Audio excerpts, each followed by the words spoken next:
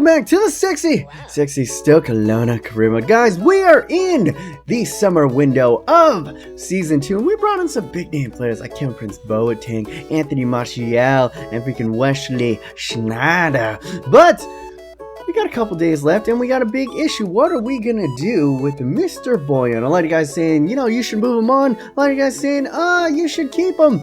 Well, we're gonna go ahead and find out after this match up against Bournemouth. And guys, a big thing that I'm gonna be talking about in this episode is a gameplay patch came out yesterday, and I've been playing a couple games. This is actually the first game I've recorded that I'm actually going to show to you.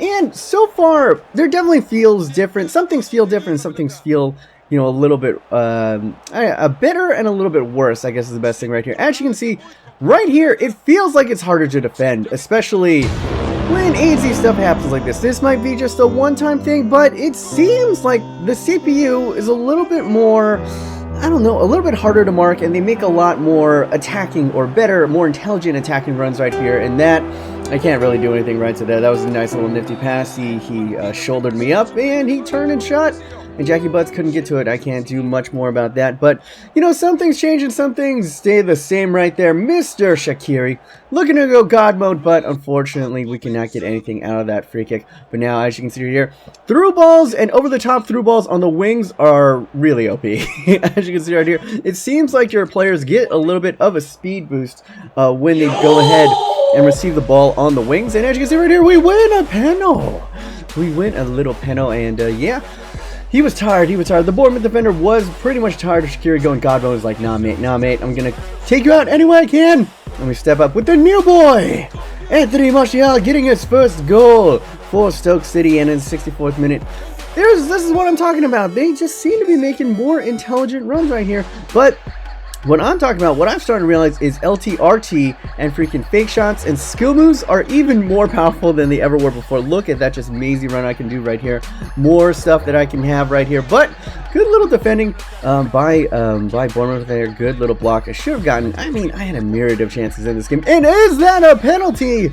No, as you can see, the referee is not pointing to the spot, which means we're going to get one free kick right outside of the box. And this is why we got Wesley Sneijder for. Look at him. I know their numbers are messed up. Their numbers will be fixed in the next episode, but 22 yards out.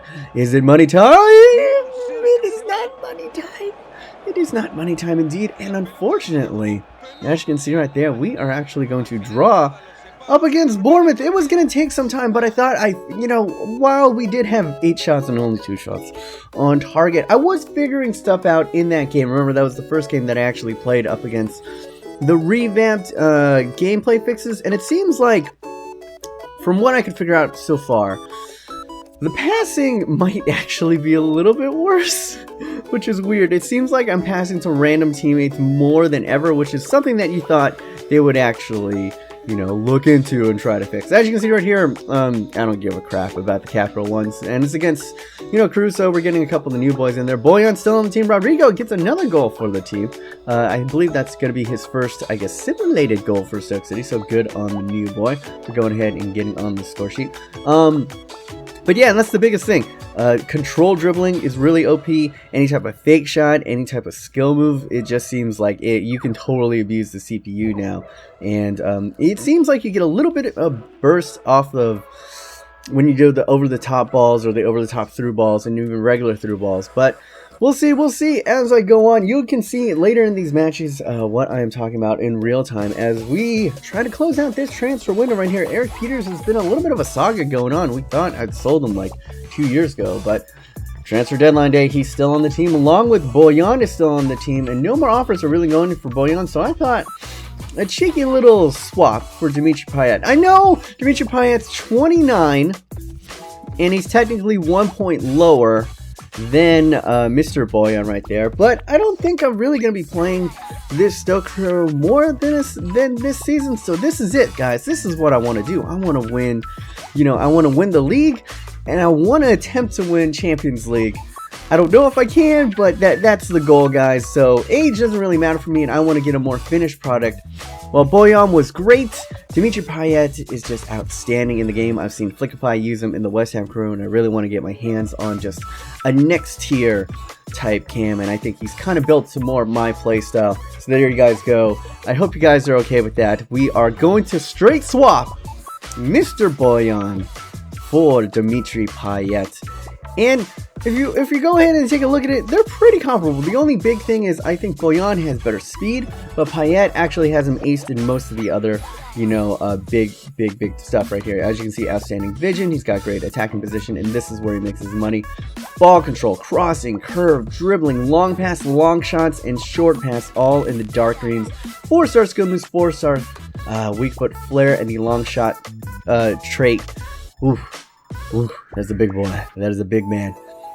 And you see, we're going to go ahead and train up some of our youngsters here. We're trying to get Rodrigo over to the 80. Anthony Martial, hopefully we get to 80 by the end of the season. Right here. As you go, we are out of the transfer window, and now we're in it to win it, guys. As you can see, we got 2 big matches left in this episode. First one, let's see if we can find our form up against Southampton. That 1-1 draw up against Bournemouth really left a bad taste in my mouth, especially dropping points to what should be a relegation tier team. But now we're going up against a surprise team of last year, but doing all right this year, Southampton. As you can see, we are actually starting most of our second teamers. Shaqiri, Wally Shed, Saul, Thiago. Thiago is actually one of the first teamers. Payet making his debut. Hesse and Rodrigo will start up front in this match because we're saving most of our big boys for that big tie up against Galatasaray in the Champions League later in the week. But now we're into this, and let's see. Hey, is everybody okay? Is everybody okay? Here goes Godmode. Yeah? Yeah? Okay, alright, Steve. Yeah, no, he's just gonna do it anyway. So you kind of got to get used to it. That's all I'm saying. Yeah, some things change and some things stay the same. If anything, skill moves are more OP. Look at that delectable. The one skill move that I really know how to do. A lovely Burba spin right there into the finesse shot. OP into the far post, just painting the corner like a Picasso. And there's just more Shaqiri. LT, RT, look at this. Just stop and go, laying it off to Saul, who skips past his defender. Goes for the near post OP, but he is no Shaqiri. No, indeed. And this is what I'm talking about. Look at that. Payet's only 77 speed, but he's outpacing the defender easily on a freaking over-the-top ball. And I'm just going one time again to Traore, who gets a little bit of a speed boost. The defender cannot handle it, and he gives up a admittedly very light penalty. As you can see right here, Bertrand actually gets in a good position, shielding the man off, and Traore just runs into the back of Bertrand, and there's absolutely no foul there, but I'm not going to argue. Rodrigo steps up and gets his second goal for the club. And there you go, Rodrigo. I don't know how often we're going to be using him, but we're going to go ahead and see what we can do. And yeah, just ball rolls for days from Shaqiri. And Rodrigo pounces. Shoot the panda in the face. Shoot the panda in the face, Rodrigo. What a poacher's goal. What a freaking poacher's goal. And Rodrigo, in his first real live game in the league, goes ahead and has himself a brace. Just look at that. The strength to go ahead and hold up the defender as he ball rolls toward goal. Actually surprising that he doesn't get himself a goal right there, but he's going to go ahead and get subbed out right there because we got to go ahead and we need Godmode. We need Godmode for freaking Galatasaray because they got themselves a strong side. Martial into the game with Gonkori, the forgotten midfielder, and he says, "Hey coach, remember me? I could do some nasty shit.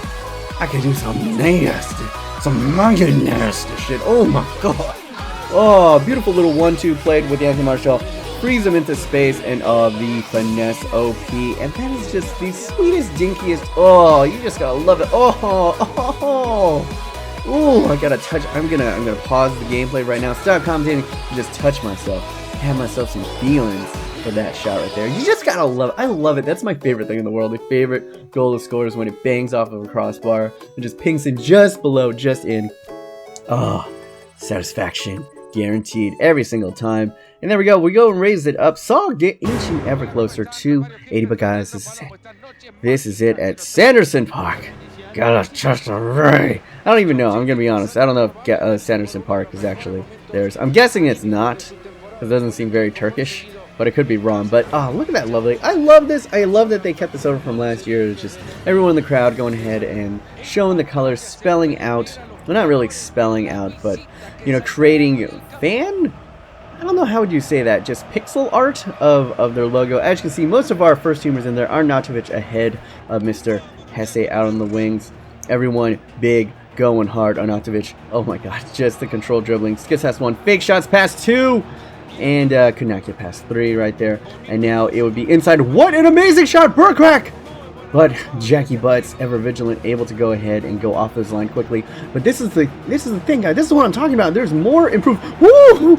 How did that not go in right there? And that is what I'm talking about. It just seems like it's harder to defend. They're making more incisive runs. They're getting better through balls, and Hong Chol is just in on goal. Balotelli laying it up for irony.